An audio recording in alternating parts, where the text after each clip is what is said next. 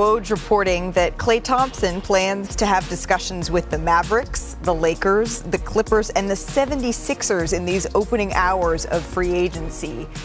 Those opening hours are now underway as we welcome in our reporter covering the Warriors, Kendra Andrews. Kendra, so as we reported, the likelihood of Klay returning to the Warriors, it seems to be slimmer and slimmer by the second as talks have devolved between these two camps. And yet, Klay's impending departure, it still feels shocking in many ways for this Splash Brother duo.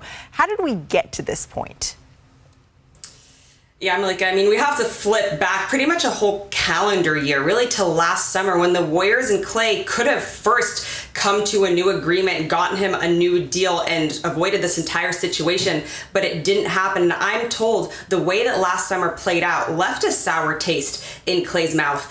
The thing that has been repeated to me over and over and over again by so many different people is Klay wants to feel respected. He wants to feel appreciated. He wants to feel valued. And how last summer went down, he didn't feel that way. So he enters the year already a little bit unhappy. He starts the year off playing poorly. He eventually gets moved to the bench. His role for the rest of the season is bopping all around.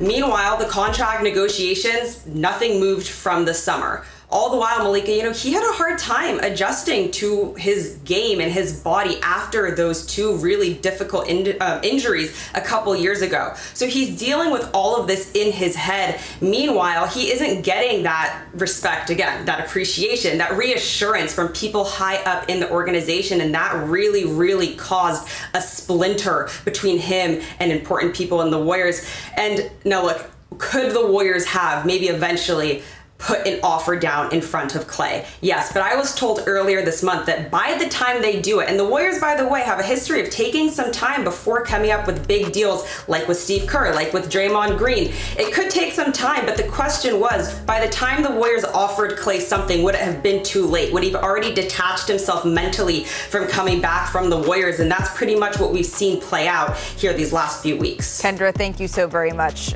That really gave us a clear and full picture of how things have devolved here between Golden State and Klay Thompson, as Kendra mentioned, really dating back to a year ago. So, Ramona, we're hearing about Dallas now. We're hearing about the Lakers, the Clippers, several other teams. What does this look like now for Klay Thompson as he pursues these avenues? Well, I think he's obviously going to take a lot less money. I mean, he made $43 million last year. Now we're talking about something, a mid-level exception is 13. That's $30 million less. Yep. That's a lot less money. Now, if they can work out a sign-and trade, each of these teams can come up with different amounts of money. The Sixers obviously have the most amount of cap space available, but Paul George is their primary target, and so that's earmarked for him if he were to make that choice. Right. But Dallas has more right now. Dallas has a $16 million trade exception that they created in the Tim Hardaway deal, and that could be a sign and trade. They can even create more for Klay and get him up near 20. The Lakers can create more by doing several of the trades we discussed earlier. And so it's a question of, do you want to, if you're already going to be taking a lot less, do you want to pick the destination you want to go to, or do you want just a little bit more money? How much money is he going to leave on the table to go to where he wants to go? And I think it's a fascinating situation. Klay Thompson on the Lakers? Klay Thompson on the Mavs? I mean, it's wild. I mean, he would look real nice next to Luka Doncic. Klay Thompson anywhere but the Warriors is wild. Klay Thompson happy, right? Yeah. And that's what it comes down to. I'm pretty sure. Yeah. I'm not counting his pockets, but Klay looked like he was miserable man last year. He was, but he miserable. He was miserable. Except on the 1st and 15th of every month. That's what I'm saying. But we all know that as a player, you know this, Richard. If your mind is not right, you're not going to perform at your best, and we're seeing that. The fact that he's taking – so I got a question for the panel. He's taking a meeting with the 76ers.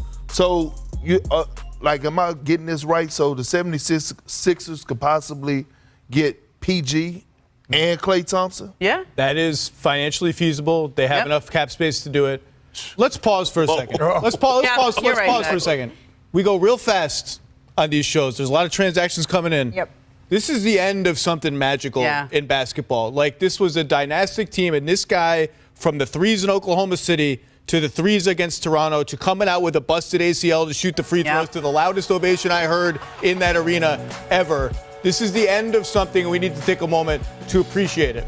We also need to take a moment to ask, wait a second, hold on here. Same with the Clippers if Paul George leaves. Yeah. What's plan B here for this team that has one of the 10 to 12 greatest players of all time still playing at an all-NBA level? They just waived Chris Paul. That salary slot's gone. They might lose an all-time great Warrior, all-time great player for nothing. That player would be gone. They don't have a ton of financial flexibility. It's not like they opened up $40 million in cap space. If this team wants to win right now at a decently high level, what direction are they going to go in? We saw them sniff around Paul George. I expect them to be creative and aggressive, but doors are closing, as Wendy said, and they might be grasping at straws in the next 72 hours. We're talking about a trio that won 518 games together, regular season to playoffs. That's the 6th most by a trio all time. A trio that won 4 championships together. And when you were talking about breaking that up, someone who is going to have a statue outside of Chase Center at some point, you have to do that on the sole mission of maximizing the end of Steph Curry's career. And so there has to be something that right now I am missing as these transactions are just now starting to percolate and pour in, that they believe is going to achieve that more than what they have in front of them. It always started and will end with Steph Curry. Yep.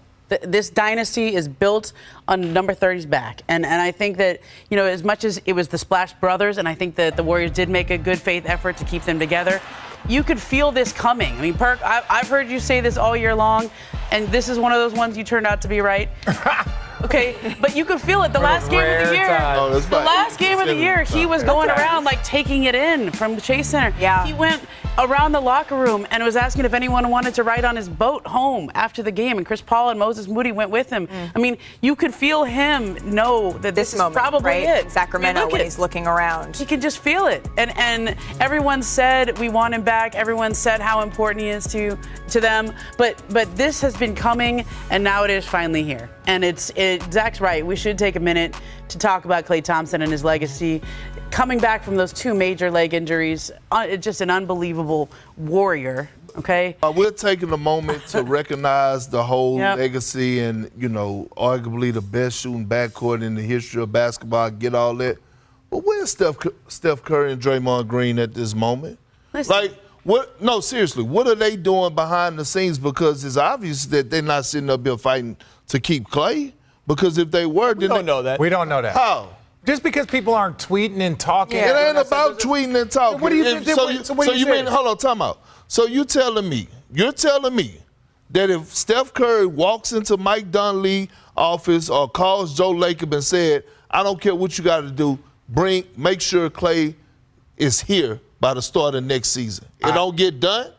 Apparently not. I think would you're say right, no. Perk. I think you're right, but I also think those 2 guys want Klay to be happy. I also think that's generally a lose-lose for players, right? Yeah. If you go and you exercise your will and it doesn't work out, well, then it's your fault. Or you're meddling in the front office's business. That's been franchise. That's what franchise players do, Zach. They go snooping around. They supposed to get in that business, especially a guy like Steph Curry. Well, we talk about Klay Thompson frustration. We saw frustration from Steph Curry, right? A guy that was going out there still producing at a high level, but felt like he wasn't getting the same production from the personnel around him. Well, and look, say what you want about Klay's performance. There was also another person that was dealing with some things inside of that organization that got their extension finished. So when I look at the Golden State Warriors' ability to keep their guys, to look over some things and make sure everything is smoothed out. But you're right. Steph's got to speak up. But I believe that Steph has spoken up because he's seen on the other side what it looks like without Klay. I believe that Steph isn't just sitting back waiting for a Woj tweet. Well, I think that also you have to imagine that these conversations have happened and that there's been some sort of agreement as to what the best way to move forward is to maximize the end of Steph's career. But I think Zach's right. It's not just a moment that we need to take to recognize what Klay Thompson has done and may continue to do, but it looks like that time may be dwindling. So I just want to take a look. You guys are going to remember these. Some of Klay's best moments in a Golden State Warriors uniform. So it's January 23rd, 2015. This is when he erupted for 37 points in the third quarter against the Kings, the most in a quarter in NBA history. This goes to Klay. He was, how many threes did he hit in that quarter? 7, 8 threes? I mean, how many timeouts did the Kings call too? You couldn't call enough. It was a barrage from Klay Thompson. And then this is a year later, May 28th. This was when Game 6 Klay, the legend, was born. It was the Western Conference Finals, Zach, against the Thunder. 41 points, 11 threes, forcing that Game 7, and then, of course, the 3-1 comeback for Golden State. And an all-time sliding doors moment in the NBA. We were really hoping for OKC to finish this up. We were really hoping. And yet, You being the Cavs. Yes. To be clear, the Cavs, the whole organization was rooting for the Thunder. and then he had that career-high 60-point game against the Pacers in just 29 minutes, sitting the entire fourth quarter, 60 points in 29 minutes. And then they sat him out in the fourth quarter. Boo! We wanted to see 81. They were up like One of 30. these games is when he had 11 dribbles the whole game. Yeah. That's this one. That's this, Okay. October Sorry. 29th. This is when he made the record 14 threes against the Bulls, and then the birth of Headband Clay, too. There's a lot of Clays. There's a lot of Clays, a lot of iterations Now, of what's Clay. the Jackie Moon guy gonna do? Google scaffolding. Well, he got the Clay. head, What did the he look cut like? on his head, and then he put on the headband, and then it kind of, never went back after that. And then, again, Game 6 Clay. This was after he tore his ACL.